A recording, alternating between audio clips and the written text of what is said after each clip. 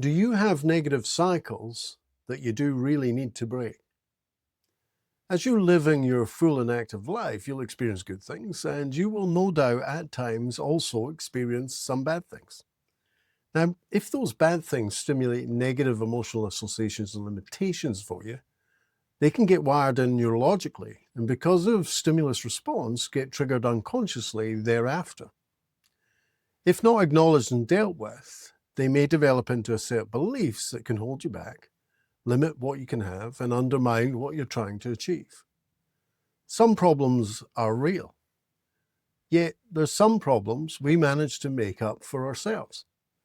This happens because of our skewed expectations and unconscious need for drama to fulfill a deeply flawed awareness that we have within our neurology. This is based on what's happened to us, who we are because of it, and what we think we now deserve. To break out of this cycle, there are three things that you'll want to get really good at. Three things, when done well, will empower you to at least know that you're not creating or actively maintaining unnecessary problems for yourself. There's an added benefit if you were to choose to master these three things, and that is that you would also be empowered to resolve any real-world unavoidable problems quickly and effectively, no longer having any unconscious need to buy into them, maintain them, and perpetuate them. So here's the first, number one skill you'd want to get very good at. And that is to get very good at consistently, in all contexts, loving, accepting, and respecting yourself. An easy example of how this works is when you love, accept, and respect your child, for instance, or a favorite niece or nephew, you don't go out of your way to create a problem for them. Think about it. If I were to ask you right now, do you love yourself? Do you accept yourself? And do you respect yourself? Would your answer be a categoric and resounding yes? Or would it be, sort of, I suppose, it depends? Loving, accepting, and respecting yourself is a digital thing, like an on-off switch. It's either on or it's off. You can't truly love, accept, and respect yourself only 70% of the time. Because of the concept of anything less than 100% support is potential sabotage, you'll have no way of knowing when the other 30% is going to show up, what it's going to encourage you to choose to do, and what impact that will end up having. Here's three questions to test where you're at. Question number one is simply, do you love yourself? Question number two is, do you love others? Question number three is, do you accept, believe in, and openly receive the love that others have for you?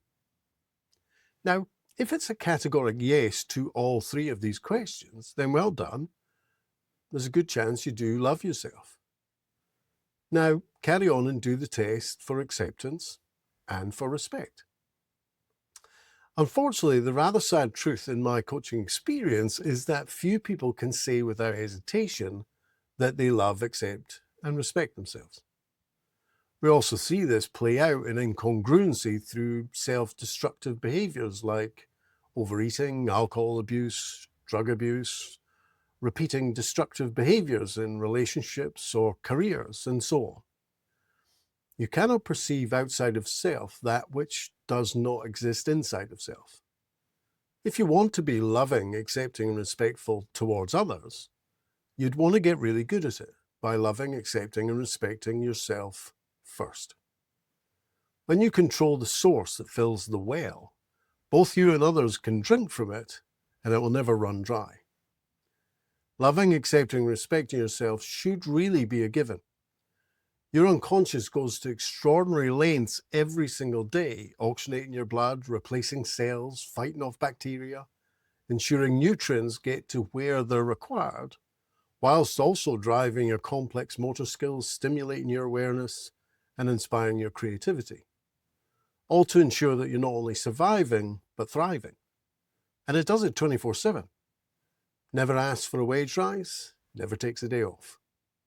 Now that right there deserves all the love, acceptance, and respect. Skill number 2 is to get very good at being able to process, understand, and create change from an honest and accurate, two very important words there, honest and accurate sensory-based measure of the internal, how you think and feel, and external, the real-world results created, feedback loop. You take an action, positive and toward in nature, which creates a reaction, a result, and you look for alignment. A very broad positive example of this is I feel good about the action I've taken, and the world is telling me it was good because it created a positive aligned result.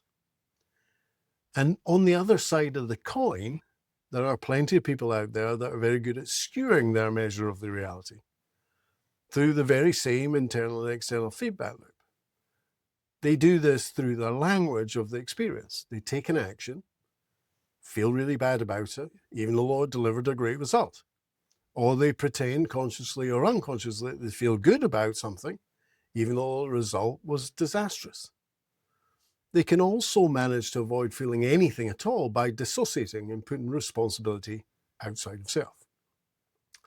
To be good at this skill and to really develop a dependable skill very much requires the ability to spot the flawed data that is required to skew the internal and external feedback from your experiences.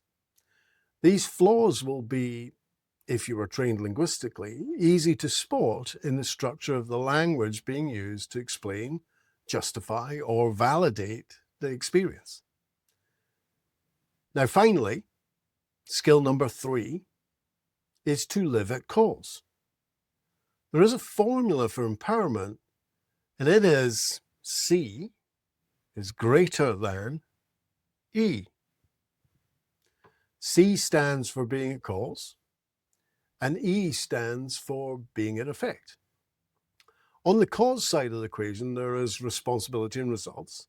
On the effect side of the equation, there are reasons and otherwise known as excuses.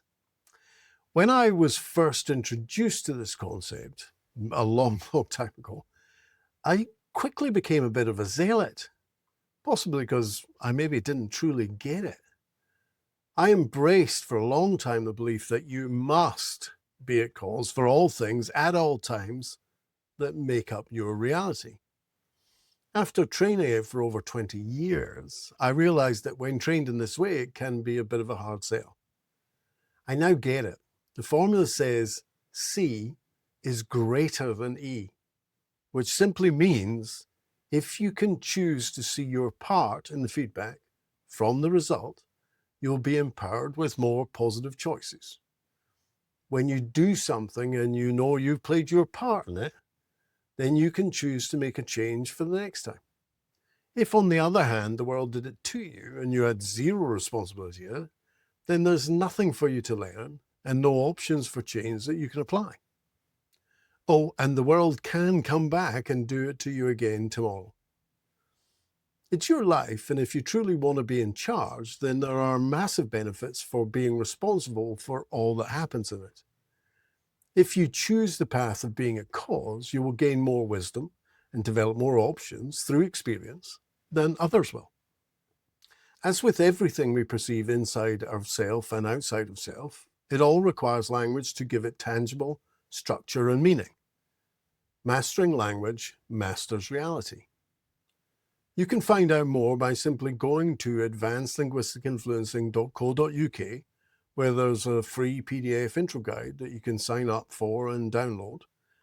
And if you're finding this content interesting and of value to you, then please like and subscribe so we can learn, evolve, and create positive change together.